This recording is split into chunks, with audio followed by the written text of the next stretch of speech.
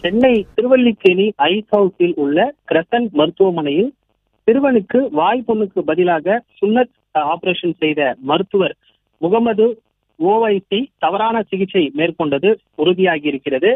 மருத்துவர் முகமது ஓவைசி மீது நடவடிக்கை எடுக்க தமிழ்நாடு மருத்துவ கவுன்சிலுக்கு தமிழ்நாடு மருத்துவ ஊரக நலப்பணிகள் இயக்குனர் ராஜமூர்த்தி கடிதம் அனுப்பியிருக்கிறார். குறிப்பாக சென்னை ஐஸ் ஹவுஸ் பகுதியில் உள்ள கிரசன்ட் தனியார் மருத்துவமனையில் வாய்ப்புண்ணு சிகிச்சைக்கு சென்ற 9 வயது சிறுவனுக்கு சுன்னத் சிகிச்சை செய்யப்பட்டது தொடர்பாக சிறுவனின் பெற்றோர் புகார் அளித்தனர். புகாரின் அடிப்படையில் சுகாதாரத்துறை இணை ஆணையர் லட்சுமி தலைமையில் கிரசன்ட் மருத்துவமனையில் ஆய்வு மேற்கொண்டு அங்கு அறுவை சிகிச்சை அரங்கத்தை பூட்டி சீல் வைத்தனர்.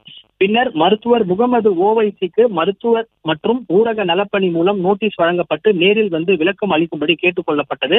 அதன்படி தமிழக மருத்துவ மற்றும் ஊரக நலப்பணி இயக்குனர் ராஜமூர்த்தி தலைமையில் நடந்த விசாரணையில் கிரசன்ட் மருத்துவமனையில் பணியாற்றிய முகமது ஓவைசி மீது தவறு உள்ளது என உறுதி செய்யப்பட்டுள்ளது.